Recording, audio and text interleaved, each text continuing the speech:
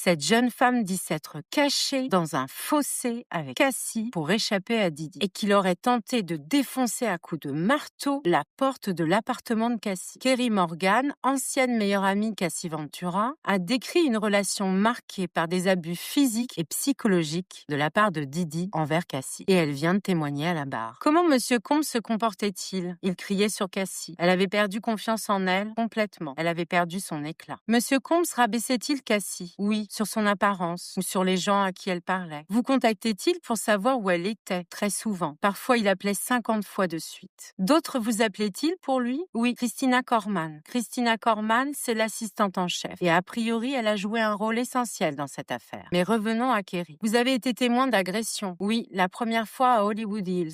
Ruben, un de ses gardes de sécurité, était là. Que faisait Monsieur Combs à Cassie? Il lui donnait des coups de pied. Que faisait-elle? Rien. J'ai dit à Ruben de faire quelque chose. Il m'a indiqué qu'il ne ferait rien. Et ensuite, nous avons quitté la maison. Cassie et moi, nous nous sommes cachés sur les marches devant chez quelqu'un. Et la fois suivante, en Jamaïque, je l'ai vue la traîner par les cheveux. Je suis retournée chercher nos sacs et nos téléphones pour qu'on puisse partir. Que s'est-il passé ensuite? Je pensais qu'elle était inconsciente, puis elle s'est relevée d'un coup et a couru dans une zone boisée. Que s'est-il passé ensuite? Il y avait 2 voiturettes de golf dans l'allée. Je suis montée dans l'une et Sean dans l'autre. Et nous sommes partis dans des directions différentes pour chercher Cassie. L'avez-vous retrouvée? Oui, puis nous nous sommes cachés toutes les 2 dans un fossé en chuchotant. Et pour l'incident à l'appartement de Comstock, Cassie est revenue avec un sweat à capuche couvrant son visage. Puis Sean est arrivé et a essayé d'entrer, frappant la porte avec un marteau. Et j'ai appelé D-Rock. Est-il entré? Non, mais la police est arrivée. Que s'est-il passé? Cassie n'a pas voulu montrer sa pièce d'identité. Rien ne s'est passé. Et ils ont laissé une carte. Monsieur Combs vous a-t-il déjà agressé? Oui, il m'a frappé avec un cintre en bois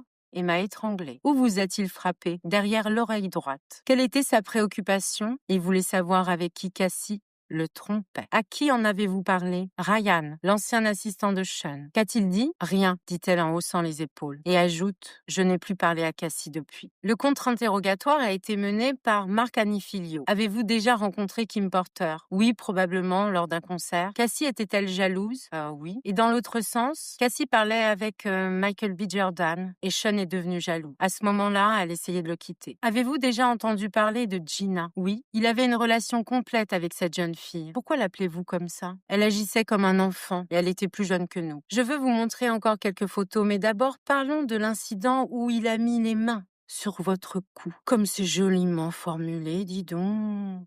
Utilisiez-vous, et Cassie, de la drogue à ce moment-là? Bah voyons. Non. Que disait-il? Il disait avec qui elle me trompe.